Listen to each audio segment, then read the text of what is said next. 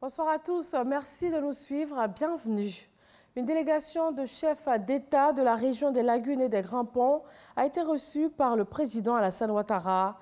Les échanges ont porté entre autres sur la situation sociopolitique nationale. La 12e édition du Festival des musiques urbaines d'Anoumabo, FEMUA, a ouvert ses portes ce mardi à Abidjan en présence de la première dame Dominique Ouattara, marraine pour cette année.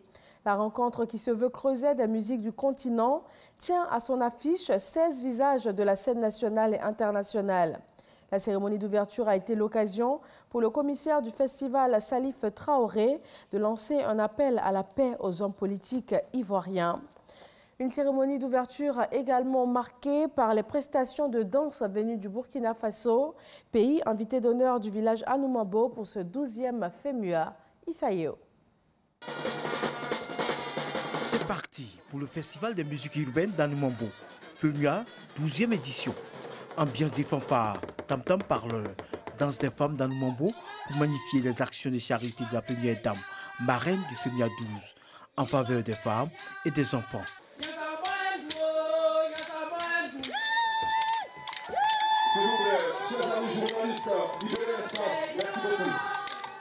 Pour la première fois, depuis sa création, un pays est à l'honneur.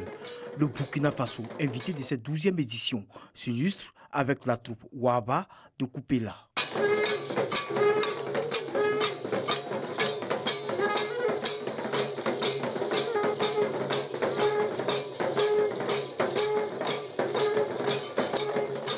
Le FEMUA, selon les partenaires et les populations, est une occasion de promouvoir la culture dans toute sa diversité. C'est l'occasion pour nous, à travers cette manifestation, de présenter un pan de notre riche patrimoine culturel et artistique.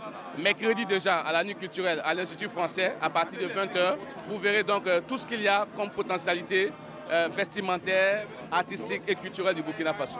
Le FEMUA est bienvenu pour la population ivoirienne et c'est ce qui répond à la politique du président de la République.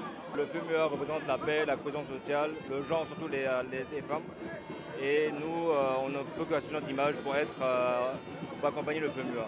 Nous sommes à la 12e édition et nous voyons qu'il y a la maturité. La fête est réussie. Nous tirons notre chapeau aux organisateurs. Je suis très heureux. Et en tant que partenaire, je pense que la fête sera belle. Le Festival des musiques urbaines d'Anoumabo, qui a ouvert ses portes ce mardi, le refermera le dimanche 28 avril prochain à Gagnoua avec l'inauguration de l'école Magic System de Bayokoubassi. La population de Nda Akisikro, village situé à 7 km de Didiévi, dans la région du Bélier, ont désormais accès à l'eau potable. Le ministre de l'Hydraulique a procédé à l'inauguration du château d'eau de ce village de plus de 3000 âmes, cela dans le cadre du programme Eau pour tous initié par le gouvernement.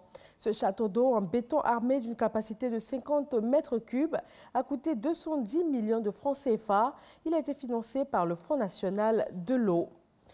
Le Mali a un nouveau Premier ministre depuis hier lundi. Boubou Cissé a été nommé par un communiqué de la présidence de la République. Il a la charge de former un nouveau gouvernement dont l'annonce est attendue cette semaine. À 47 ans, le ministre sortant de l'économie et des finances du précédent gouvernement, économiste de formation, succède à Soumeilou Boubeye Maïga, qui a dû démissionner la semaine dernière alors qu'une motion de défiance a été déposée à son encontre à l'Assemblée nationale. L'opposition de son côté regrette de ne pas avoir été consultée avant cette nomination. Sur le dossier soudanais, le président égyptien plaide pour un nouveau délai accordé aux militaires. Plusieurs présidents africains sont présents autour d'Abdel Fattah al-Sisi pour tenter de trouver une sortie de crise dans ce pays. Le président égyptien a indiqué qu'il y avait un consensus entre les États africains pour accorder un délai supplémentaire de 3 mois au Conseil militaire soudanais de transition afin de parvenir à un régime démocratique. Il a ajouté que les ministres des Affaires étrangères se réuniront dans un mois pour réévaluer la situation sur place. Le groupe terroriste État islamique a revendiqué les attentats qui ont touché dimanche le Sri Lanka. Le bilan s'est alourdi, il est passé à 321 morts. Les premiers éléments de l'enquête montrent que les attentats de dimanche ont été commis pour riposter au carnage des mosquées de Christchurch en Nouvelle-Zélande qui avait fait 50 morts le 15 mars dernier. Merci de votre attention. On se retrouve pour le journal de 20 h et tout de suite l'info régionale sur RTI 1.